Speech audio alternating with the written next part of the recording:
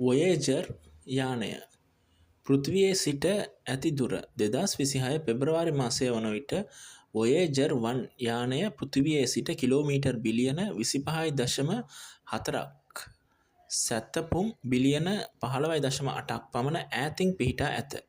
මෙය ආලෝක පැය 23යි විනාඩි 34ක පමණ දුරකි. එනම් අප එවන රේඩියෝ පණිවිඩයක් යානාවට ලැබීමට පැය 23කට වඩා වැඩි කාලයක් ගත වේ. අපි දැන් අභ්‍යාකාශය වෙත යමු. පසු කළ ග්‍රහලෝක සංඛ්‍යාව. වොයේජර් 1 යානය එහි ගමනේදී ප්‍රධාන ග්‍රහලෝක දෙකක් අසලින් පියාසර කර ඇත. ඒවා නම් බ්‍රහස්පති සහ සෙනසුරු. වොයේජර් 1 කියන්නේ අභ්‍යාකාශයට යවපු යානයක්. එහි සහෝදර යානය වන වොයේජර් 2 යුරේනස් සහ නෙප්චුන් යන ග්‍රහලෝක අසලින්ද ගමන් කළේය. වත්මන් වේගයේ යානය දැනට පැයකට කිලෝමීටර් 61,000ක් පැයට සතපුම් 38,000ක් පමණ වේගෙන් සූර්යාගෙන් ඈතට ගමන් කරමින් පවතී.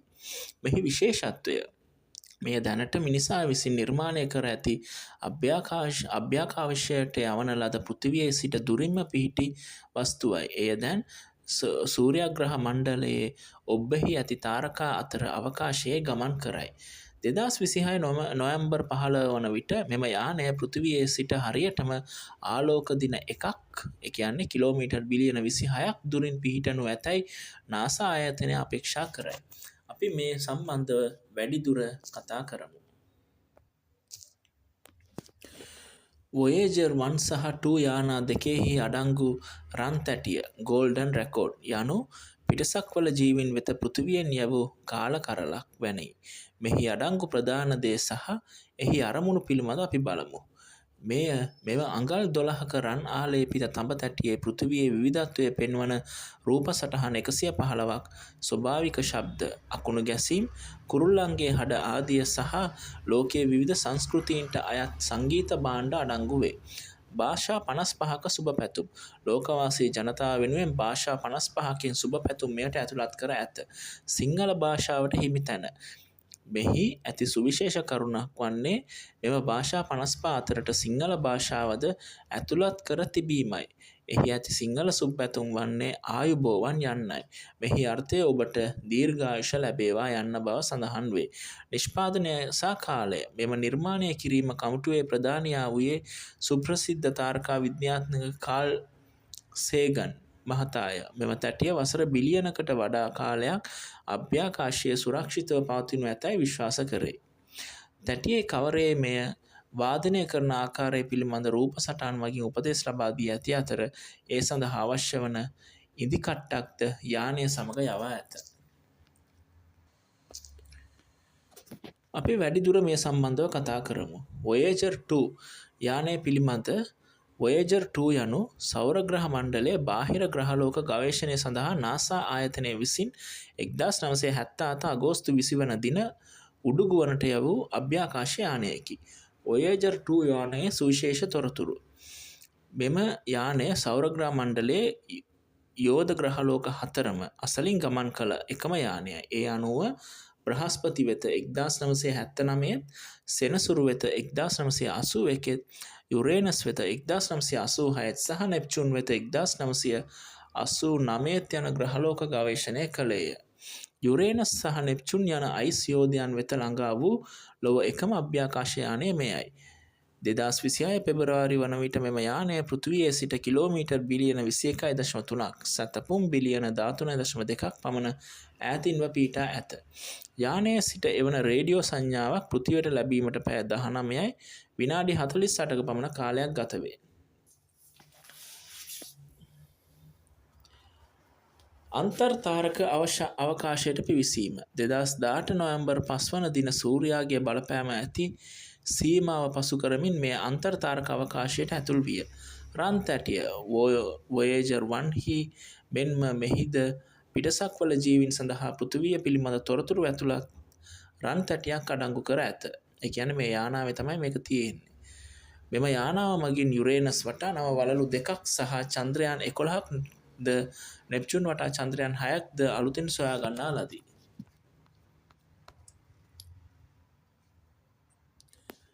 දැනට Voyager 2 යානය පෘථිවිය සමග සංනිවේදනය කරන්නේ ඔස්ට්‍රේලියාවේ පිහිටි ඇන්ටනා පද්ධතියක් Deep Space Station 43 හරහා පමණයි. එම යානය සතු විද්‍යාත්මක උපකරණ ක්‍රියා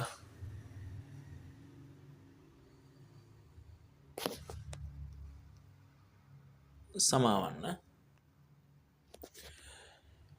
Voyager 2 යානය දිගුකාලීනව පවත්වාගෙන යාමට සහ එහි ඇති විද්‍යාත්මක උපකරණ හැකිතාක් කල් ක්‍රියාත්මක කර තබා ගැනීමට නාසා ආයතනය ගෙන ඇති පියවර පිළිබඳ අපි දැන් බලමු.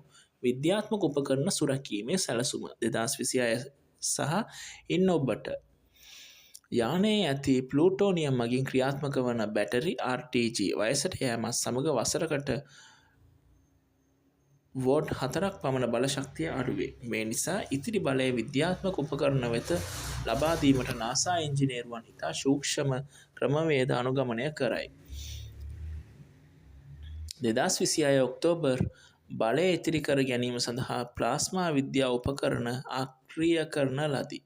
2025 මාර්තු 24 අඩු ශක්තිය ආරෝපිත අංශෝපකරණ අක්‍රිය කිරීමට නියමිතයි. 2026 වසරේදී කෝස්මික් කිරණ උපපද්ධතිය ආක්‍රිය කිරීමට සැලසුම් කර ඇත.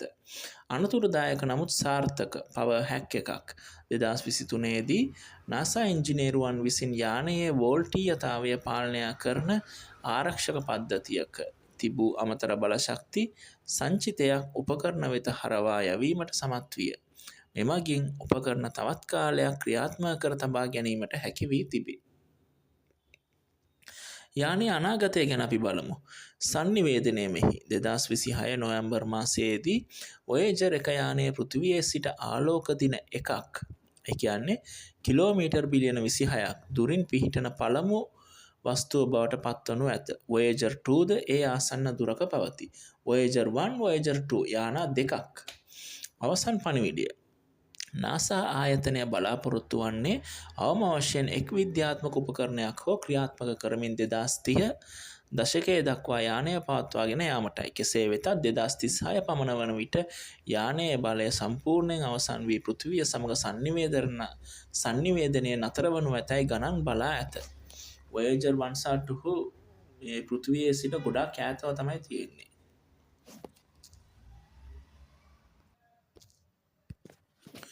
Voyager 2 යානය මෑතකදී පෘථිවියේ එවූ ඉතාම වැදගත් සහ පුදුම සාධක දත්ත පිළිබඳ අපි දැන් බලමු.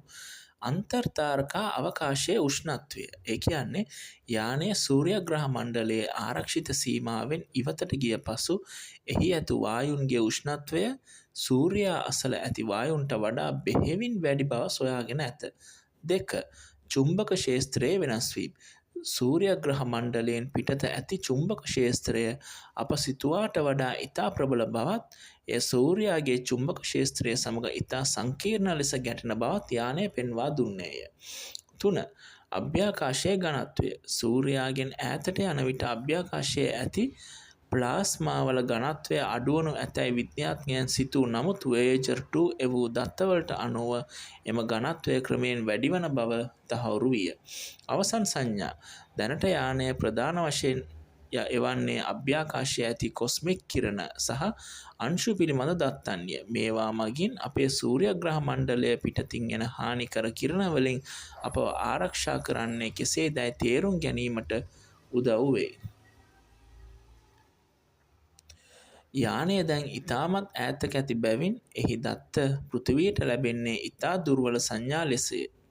මෙය හඳුනා ගැනීමට නාසා ඩීප් ස්පේස් නෙට්වර්ක් හි අති විශාල ඇන්ටනා පද්ධති භාවිතා කරයි. දැනට පෘථිවියේ සිට වැඩිම දුරකින් පිහිටා ඇත්තේ Voyager 1 යානයයි. 2026 පෙබරවාරි වන විට මෙම යානා දෙක අතර ඇති දුර සහ වෙනස අපි දැන් බලමු. Voyager 1 පෘථිවියේ සිට කිලෝමීටර් බිලියන 25.4ක් පමණ ඈතින් පිහිටා ඇත. ඒ කියන්නේ ආලෝක පැය 23 විනාඩි 34ක් පමණ. Voyager 2 පෘථිවියේ සිට කිලෝමීටර් බිලියන 21.3ක් පමණ ඈතින් පිහිටා ඇත. ආලෝක පැය 19යි විනාඩි 48ක් පමණ. දුර ප්‍රමාණය වෙනස. Voyager 1 යානය Voyager 2ට වඩා කිලෝමීටර් බිලියන 4.1ක් පමණ ඉදිරියෙන් සිටී. මෙම වෙනසට හේතුව Voyager 1 යානය Voyager 2ට සති දෙකකට පසුව ගුවන් ගත කළද එය වඩාත් වේගවත් ගමන් පතයක යවන ලදී. එමෙන්ම 1980දී සෙනසුරු ග්‍රහයාගේ ගුරුත්වාකර්ෂණය භාවිතා කර එහි වේගය තවත් වැඩි කර ගැනීමට විද්‍යාඥයන් සමත් විය.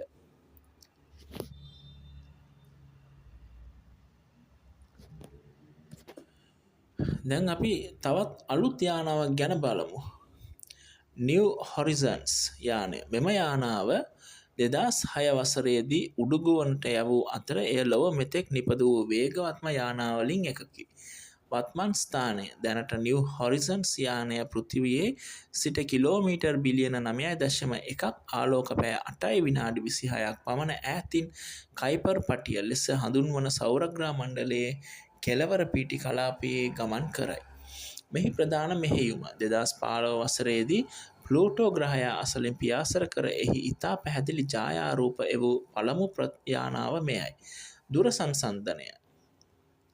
Voyager 1 යානයට සාපේක්ෂව මෙය තවමත් බොහෝ ළඟින් පිහිටා ඇත. Voyager 1 යානයේ පෘථිවියේ සිට ඇති දුර මෙන් 3/1ක් පමණ දුරක් මෙම යානය පවතී. මෙහි විශේෂත්වය 2019 වසරේදී මෙය අරෝකොත් නම් වූ මිනිසා මෙතෙක් ගවේෂණය කළ පෘථිවියට දුරින්ම පිහිටි කුඩා වස්තුව අසලින් ගමන් කළේය. මෙම යානාවද වොයේජර් යානාවෙන් කවදා හෝ සෞරග්‍රහ මණ්ඩලයෙන් සම්පූර්ණයෙන්ම ඉවතට ගමන් කරනු ඇත.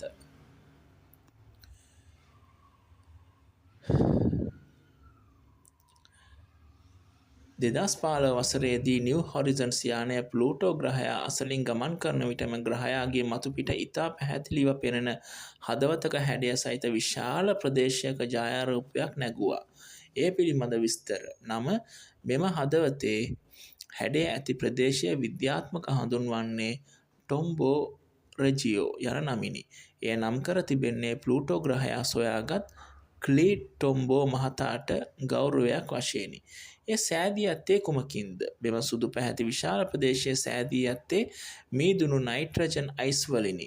මෙහි විශාලත්වය මෙම හදවත ආසන්න වශයෙන් කිලෝමීටර් 1590ක් පමණ පළලයි. එය පෘථිවියේ ඇති මහත් දීප සමග සසඳන විට ඉතා විශාල ප්‍රදේශයක්. මෙහි වැදගත්කම ප්ලූටෝ යනු මැරුණු අඳුරු ග්‍රහලෝකයක් යැයි සිතා සිටි විද්‍යාඥයන්ට මෙම හදවතේ හැඩය සහිත ප්‍රදේශයේ ඇති ක්‍රියාකාරී අයිස් ග්ලැසියර දැකීමෙන් ප්ලූටෝ තවමත් භූවිද්‍යාත්මක ජීවමාන ග්‍රහයෙකු බවට තහවුරු වුණා.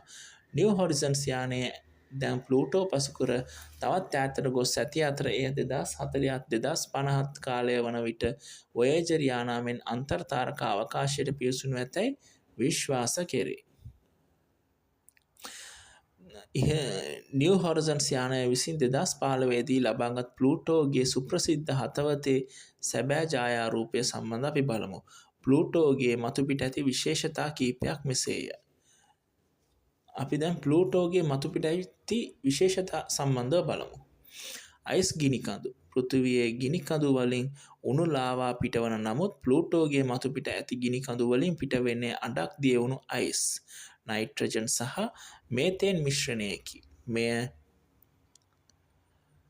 යෝධ අයිස් කඳු දෙක. ප්ලූටෝ මත කිලෝමීටර් 3-4ක් තරම් උස ඇති විශාල කඳු පන්ති පවතී. පුදුමයට කරුණ නම් මෙම කඳු සෑදී ඇත්තේ ජලය මිදීමෙන් සෑදුණු අයිස් වලිනි. ප්ලූටෝගේ අධික ශීතල නිසා මෙම අයිස් ගල්මෙන් ශක්තිමත් වී කඳු ලෙස පවතී. 3. නිල් පැහැති ආස. ප්ලූටෝ සතුව ඉතා තුනී වායුගෝලයක් ඇති අතර එහි ඇති අංශු හිරු එළිය විසුරුවා හරින ආකාරය නිසා ප්ලූටෝගේ අහස නිල් පැහැයෙන් දිස්වේ. 4. හදවතේ රහස. මෙම හදවතේ හැඩය ඇති ප්‍රදේශයේ ඉතා සුමට වන අතර එහි කිසිදු උල්කාපාත ආවාටයක් දක්නට නැත. මෙහින් අදහස් කරන්නේ එම ප්‍රදේශයේ අයිස් නිරන්තරයෙන්ම අලුත් වෙමින් පවතී.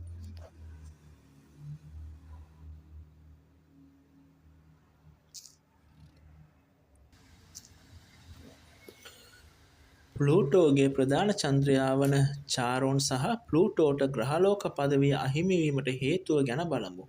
චාරෝන් ප්ලූටෝගේ යෝධ සහකරු. ප්‍රමාණය. චාරෝන් කෙතරම් විශාල දෙයක් එය ප්ලූටෝගේ ප්‍රමාණයෙන් අඩක්වත් වඩා වැඩි. මේ නිසා මෙය හැසිරෙන්නේ චන්ද්‍රයෙකුට වඩා ප්ලූටෝ සමග එක්ව කැරකෙන ද්විත්ව ග්‍රහ පද්ධතියක් ලෙසයි. සදාකාලික මුහුණ ප්ලූටෝ සහ චාරෝත් එකිනෙකට මුහුණලා ඇති පැති කිසි විටකත් වෙනස් නොවේ. එනම් ඔබ ප්ලූටෝගේ එක පැත්තක සිටියහොත් චාරෝන් සැම විටම ආසේ එකම තැන පවතිනු ඇත. අනෙක් පැත්තට එය කිසිසේත් නොපනේ. රතු පැහැති උත්තර ද්‍රවය. චාරෝන්ගේ උත්තර ද්‍රවය රතු පැහැති. මෙය හඳුන්වන්නේ මොර්ඩෝර් මැකියූලා යනුවෙන්. ප්ලූටෝගේ වායුගෝලයෙන් ගැලවී එන මේතේන් වායුව චාරෝන්ගේ මතුපිට තැන්පත්වීමෙන් මෙය සෑදී ඇත. ප්ලූටෝ ග්‍රහලෝකයක් නොවන්නේ ඇයි? 2006 වසරේදී ජාත්‍යන්තර තාරකා විද්‍යා සංගම IAU විසින් ග්‍රහලෝකයක් සඳහා නව නීති 3ක් හඳුන්වා දුන් අතර ප්ලූටෝ ඉන් එකක් කඩ කළේය. හිරු වටා ගමන් කිරීම. ප්ලූටෝ මෙය සිදු කරයි. ඕකේ. 2. ගෝලාකාර හැඩයක් තිබීම. ප්ලූටෝ මෙය සිදු කරයි. 3. සිය කක්ෂය පිරිසිදුව තබා ගැනීම. ග්‍රහලෝකයක් තම ගුරුත්වාකර්ෂණය භාවිතා කර තම කක්ෂය අවට ඇති අනෙකුත් කුඩා වස්තුන් ඉවත් කර තිබිය යුතුයි. ප්ලූටෝ සිටින කයිපර් පටියේ තවත් දහස් ගණන් කුඩා වස්තුන් නැති බැවින් ප්ලූටෝ මෙම නීතිය කඩ කරයි. ඒ නිසා ප්ලූටෝ දැන් හඳුන්වන්නේ චාමන ග්‍රහයෙකු ලෙසයි. ස්තුතියි.